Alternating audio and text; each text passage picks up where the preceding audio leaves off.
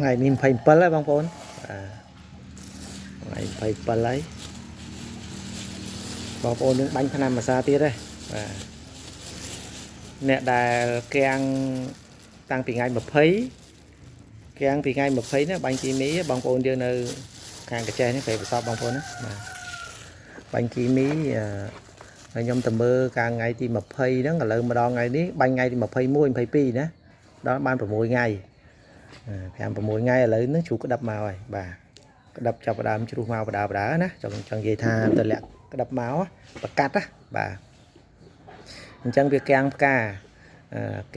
2ខែអញ្ចឹងទៅឥឡូវវាចាប់ដើមប្រកាត់មកហើយប្រកាត់ក្តឹបចុះមកហើយអញ្ចឹងនេះជារឿងមួយដែលល្អដែរបងប្អូនណាតែ6 7ថ្ងៃឯងអញ្ចឹងចាប់ពីថ្ងៃទី1ដល់ថ្ងៃទី20ប្របាញ់ជីខ្ញុំតែម្ដងឬក៏2ដងឬក៏3ដងកាន់តែល្អទៀតបងប្អូនណាបាទលើកទី1ហ្នឹង30-40% វាប្រសាបគីមីនឹងចោលហើយ50-60% វាជួយទៅជំរុញបាទជំរុញការប្រកាត់ក្តឹបហើយលើកទី2លើកទី3អានឹងមកប៉ិនមេដៃមេជើងបងអញ្ចឹងបងប្អូនណាបាទលើកទី4ទុំហើយបាទអញ្ចឹងភាគច្រើនខ្ញុំធ្វើតែខាងជាមួយបងប្អូនម៉ៅស្វាយធំទេបាទម៉ៅស្វាយជាហាត់ធំណាបាទបងប្អូនយើងតាមស្រុកភូមិអានឹងខ្ញុំអត់សូវបាទនឹងដល់បងប្អូនយើងរោដែរបានខ្ញុំទៅបាទបើអត់ទេក៏ខ្ញុំអត់បានទៅដែរព្រោះយើងត្រូវការមើលជីរបស់យើងមើលclient របស់យើងផងអញ្ចឹងណាបាទចង់ដាក់សាយហ្នឹងហើយឥឡូវហ្នឹងមិនចាំបាច់តែនេះទេព្រោះឥឡូវវាសេដ្ឋកិច្ចវាអញ្ចឹងហើយអញ្ចឹងបងប្អូនយើងក្នុងស្រុកក្នុងភូមិឲ្យតែមកររឿងកៀងស្វាយកៀងផ្កាកៀងប្រកាត់ក្តឹបហ្នឹងគឺខ្ញុំតែមើលហើយអញ្ចឹងណាហ្នឹងហើយបងប្អូនយើងមានដី 4-10 ហាត់អីចឹងណាបាទ 4-10 ហាត់អីចឹងតាមភូមិស្រុកយើងហ្នឹង 4-10 ហាត់5-6 ហាត់អីចឹងទៅខ្ញុំទៅមើលគាត់ក៏ចង់បានទិន្នផលខ្ពស់ដូចគ្នាដែរខ្ញុំចង់នៅកៀងផ្កាយូររើខែ3មិនស្រួលទេបងប្អូនណារើខែ3ឆ្នាំទៅគាត់និយាយថារើខែ3ខែ4អស់លេងខែ3ចូលដល់ខែ4ខែ5អស់លេងបាទអញ្ចឹងបានតែមួយតង់ហ្នឹងហើយគាត់ទទួលស្គាល់ឆ្នាំទៅបានតិចហ្នឹងហើយព្រោះកៀង2ខែខែ1ខែ2នោះអញ្ចឹងហើយត្រូវស្ដារឡើងវិញចឹងឥឡូវគាត់អត់ចង់ធ្វើអញ្ចឹងទេគាត់ចង់ធ្វើមិនបានខែ2ហ្នឹងបានរើសណាអាចថ្ងៃទី20ខែ2អីក៏បានដែរថ្ងៃទី20ខែ2អញ្ចឹងក៏បានរើសអញ្ចឹងណាដល់ពេលគាត់បានរើសអញ្ចឹងទៅគាត់ចំណេញព្រោះក្នុងរដូវហ្នឹងព្រោះខ្លាចទៅចូលដល់ខែ4ទៀតអស់លីងបាទខែ4ឬក៏ដើមខែ5អស់លីងហ្មងលែងមានអីទាំងអស់បាទហ្នឹងអញ្ចឹងធ្វើមិនអ្នកចការសុខចការយើងតែប៉ុណ្្នឹងបងប្អូនបាទវាចំណុចខុសគ្នាអอร์แกនិកទៅជាមួយនឹងគីមីគ្រាន់តែថាទី1ភាពស៊ាំរបស់គីមីខ្សោយយើងអอร์แกនិកបាទអញ្ចឹងគីមីឆាប់អស់សុពលភាពជាងហើយអอร์แกនិកវានៅ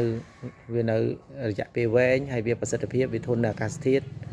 ហើយទី2ការចាប់រូបមន្តបាទចាប់រូបមន្តបងប្អូនចាប់រូបមន្តខុសអាហ្នឹងក៏បាញ់ទៅវាអត់ល្អដែរដល់ចាប់រូបមន្តត្រូវបាញ់ទៅបានវាមានលទ្ធផលអញ្ចឹងណាបាទអញ្ចឹងយើងមិនចេះទៅធ្វើទេទី3ថ្លៃដើមគីមីថ្លៃបងប្អូនណាគីមីថ្លៃ1ជា2ជា3អញ្ចឹងហើយបងប្អូនយើងស្រែកគ្រប់គ្នាណាហ្នឹងហើយលែងចង់ហើយបាញ់ឲ្យអត់បានការអីអស់លុយច្រើនឃើញណាគេនឹងបរោះហ្នឹងឃើញស្វាយគាត់បាញ់ទិញតាមអនឡាញដែរហ្នឹងថ្នាំគីមីហ្នឹងហើយមកពីប្រទេសផ្សេងយកមកបាញ់វាពិបាកដែរណាគីមីបាញ់ទៅវាពិបាកណាស់ធ្វើទុកណាបាទសូម្បីតែខ្ញុំជួយបាញ់បងប្អូនយើងពីក្រោយហ្នឹងប្រសាគីមីហ្នឹងក៏ចង់ពិបាកដែរអញ្ចឹងណាក៏ជួយក្បាលដែរបាទវារ៉ាក់រអួលណាបាទនិយាយទៅដូចថាទទួលថ្មបាក់និយាយទទួលថ្មបាក់វាច្រើនទទួលថ្មបាក់មានបញ្ហាពីថ្មបាក់ហ្នឹងវាពិបាកនឹងកែបងប្អូនយើងប្រើអอร์แกនិកតាំងពីដើមមកដូចអ្នកម៉ៅស្វាយម៉ៅអីហ្មងស្រួលទេខ្ញុំស្រួលមើលហ្មងបាទ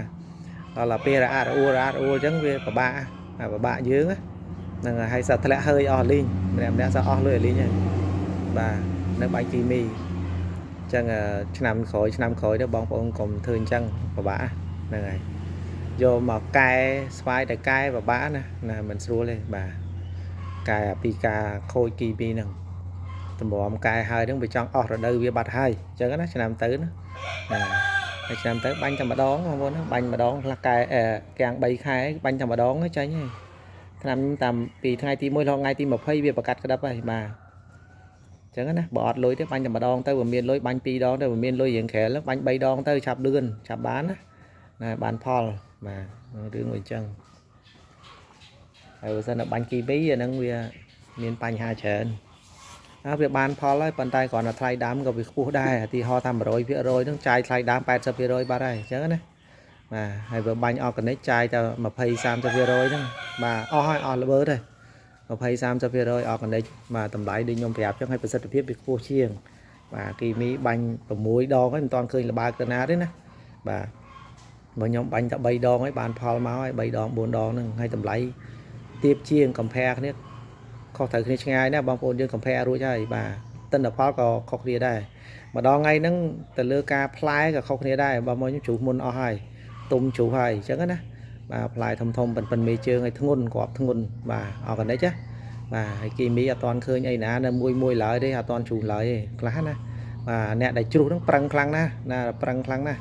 ហ្នឹងហើយដល់ប្រឹងមែនតែនប្រឹងឡើងចង់អស់លបើកលីងណាអស់បាទយើងនៅតែមាន performance យើងល្អដដែលបងប្អូនណាបាទគ្រាន់តែថាខ្ញុំនឹងចេញ V5 មួយទៀតបាទ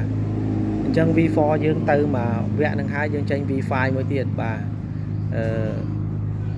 ទី1ខ្ញុំគោលបំណងតែចេញ V5 ដើម្បីអីដើម្បីប្រមាលមើលថាអាកាសធាតុយើងវារបៀបមិនអញ្ចឹងណាបាទអញ្ចឹងចេញ V5 មួយទៀតហ្នឹងដើម្បី update កាន់តែល្អប្រសើរជាងមុនទៀតណាបាទអញ្ចឹងវាអាចនឹងបត់បែន adaptable សម្រាប់ឆ្នាំក្រោយទៀត V5 ណាបាទអញ្ចឹង V5 អាចល្អជាង V4 ទៀតអញ្ចឹងណាខ្ញុំនឹងបន្តការ research នឹងបន្ថែមទៀតរយៈពេលប្រហែលខែហ្នឹងបាទអញ្ចឹង V5 នឹងចេញបងប្អូនណានឹងចេញបន្តទៀតឥឡូវហ្នឹង V4 ចេញសិនអស់សិនណាមួយវគ្គហ្នឹងបាទទៅ V4 សិនអញ្ចឹងយើងម្ដងថ្ងៃនេះយើងចូលចំនួនទី4ណាហើយទី4ឈានចូលទី5ហើយសម្រាប់ organic យើងគឺយើង update ដល់ចំនួនទី4ឈានជើងចូលចំនួនទី5ហើយអញ្ចឹងវាលឿនណាបាទយើង update upgrade វាលឿនរហ័សហ្នឹងហើយខ្ញុំនឹង update វាចូលចំនួនទី5ក្នុងរយៈពេលខ្លីហ្នឹងហើយបាទ update វាលឿនមែនតើដើម្បីឲ្យដើរតាន់សកលលោកណាបាទអាមេរិកអូស្ត្រាលីក៏ដើរដល់ណាយើង updatable ទៅតាមគេឲ្យលឿនឲ្យរហ័សដូចគ្នាដែរ performance យើងណាបាទអញ្ចឹងអត់នៅក្នុងកម្រិតអាស៊ីទេបាទ